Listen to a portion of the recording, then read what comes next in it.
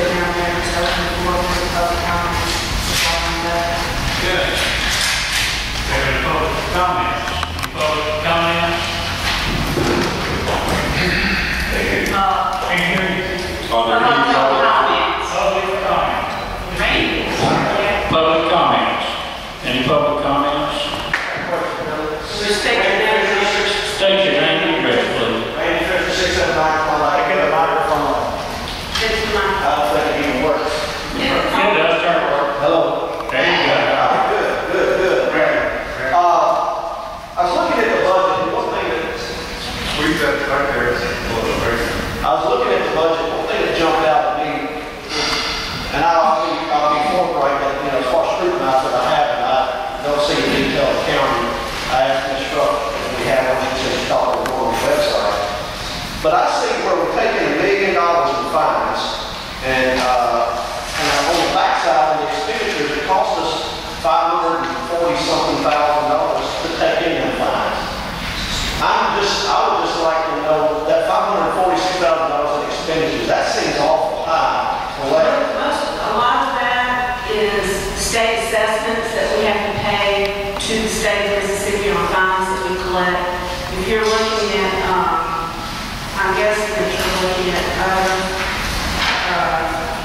On the expenditures where it says, private charges and services.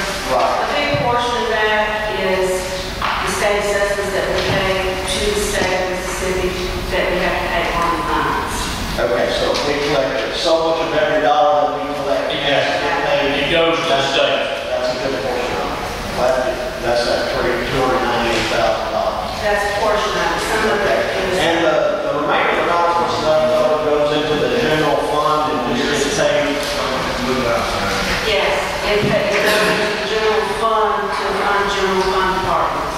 Okay, not back to the police department. Not necessarily. Right. It could be anywhere. It wouldn't even come close to funding it.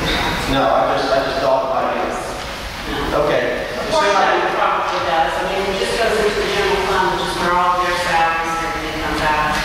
Okay, that was my question. Thank you. Thank you. Anyone else?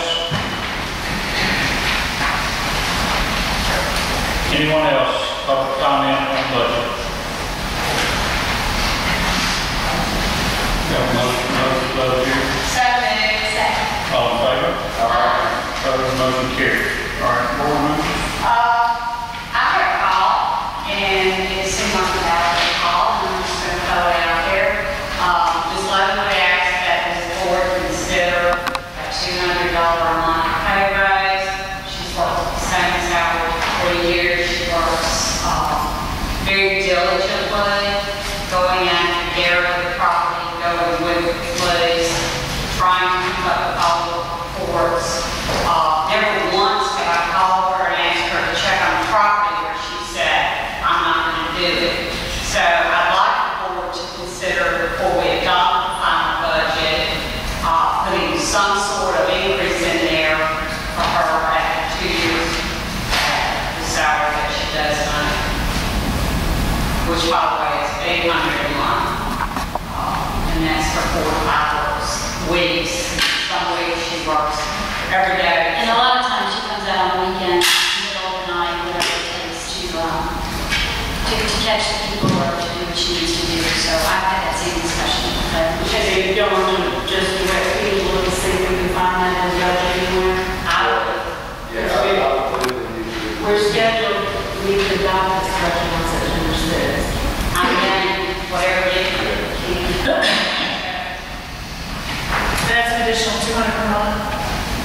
Yeah. Yes, So that would put her at 1,000 a month. 1,000 a month, which I think is very out of what she does. Actually, I'd like to see her full-time, but she didn't have a desire to be full-time. You have a full-time person also. I would not say so. All right. Any other comments? Budget? Go ahead, Mark. I worked at the beginning last month. I want to follow up on one issue that we talked about, I think, the first one, which was software for notifying people for started at the public works issues and people notices. Is that not making it here? money in the water and sewer fund. But, you know, we'll look at that more, from October 1. But we did fund it through water and sewer fund. How much do we spend on that service now? You know, we never find out. We don't have I that. don't have that service, the notification. How much is it costing us to operate that now? To do a notification, to do a layout, you know, What do when you you all that? Is it on? Sometimes, there was one that announced around $8,000 just for one. That was a mandate health department. Yeah. You still have to do that, I think, Bruce here, I think you still have to do that email anyway. Right. This is to replace the door knockers. Door knockers and, bulwark notices, you know, a lot of times we send information to paper that doesn't get in there. If you do an actual legal notice, which there's a 4-day, you know, delay time on that, it's too late. And those can be upwards of $1,500 to $2,000, so. Yeah, I was just wondering how much money we're spending doing that now. Is it cheaper for us to go to this new system, or will we save money, or do we have people that do that? Well, we're talking about manpower, you know, talking about the cost of the cars. But I think that what we talked about before was to get the notification to people in a timely fashion. You know, you put a boil water notice on their door, but they go ahead and make their coffee and fix their tea and do all that stuff, drink and walk outside and see the boil water notice. But it was not more like we were going to save money or it's going to probably cost a little bit more, but we're looking at giving the information to the public in a timely fashion. Are we allowed to use that for any type of notification? This particular company that we've been talking with, yes. Do you want to do a public hearing announcement? Yes. Do you want to do a full water announcement? Do you want to do a work session announcement? An evacuation announcement, Everything. everything. And you're not limited on the number of, not the number of calls, but say you can only use The number of incidents. You're not limited to the number of incidents. No. Did you meet with them at all? You didn't, when you did you? The gentleman that represents this company would like to speak with y'all if that's. Sure, I'd love to have someone. But I think it's a great service to have, I just don't know if we can afford to do it, if we can. That's great. We've got it in the water and sewer budget because more than likely that would be most of what we would be using it for would be for boil water notices and that type of thing. But I would love to have something like that through all these smart code hearings and zoning stuff to be able to do a mass call and let people know. How do you assure that you capture all phone numbers needed? That's what their business is, and they have to explain to you exactly how to do it. so many people, cell phone, running that around. But from what they're telling me, they have access to the cell phone numbers. I don't know how. And they do like a mass push with the public. They go out into the have meetings and say, look, you know, this is what we're going to do. You need your phone numbers, fill out this form. And of course, if people don't choose to do that, then there's nothing that we can do about that. But So there's no liability in the city if someone refuses or chooses not to give their phone number. We have a bowl water nurse to bring you water. They get sick. Well, we'll do what we normally do too, as far as what we require to do the newspaper and that type of thing. But, No, we got something on there.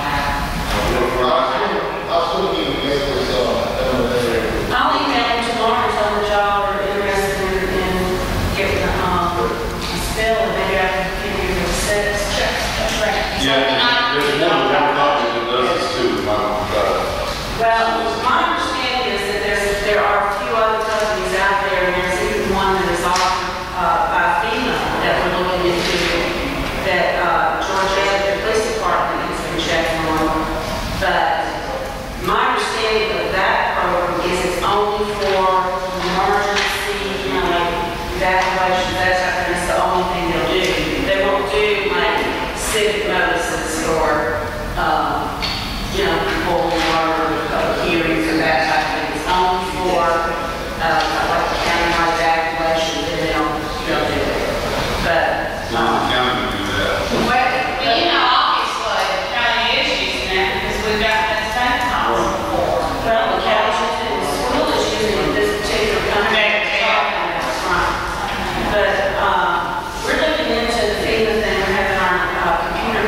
into it and see, because it's very technical, naturally, it's the federal government, so it's certainly an IRS manual.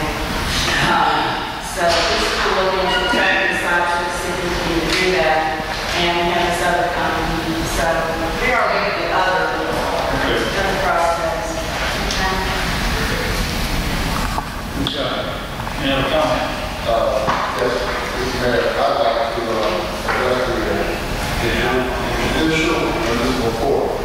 I was speaking with Honorable Brad Law, and we were discussing the actual debt that they have outstanding courts. And we were coming up with some ideas that may want to just listen to while we're discussing the budget.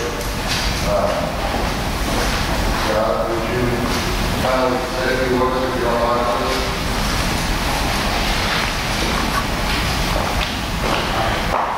Good evening. I'll be happy to answer any questions y'all have about what we're doing in court and how debts are pursued legally through the court. It's an issue that faces every municipal court. We're not immune to that issue. I understand that there is a significant amount that's owed in old fines to the city. I don't know how far back that goes. I would imagine it goes back several years.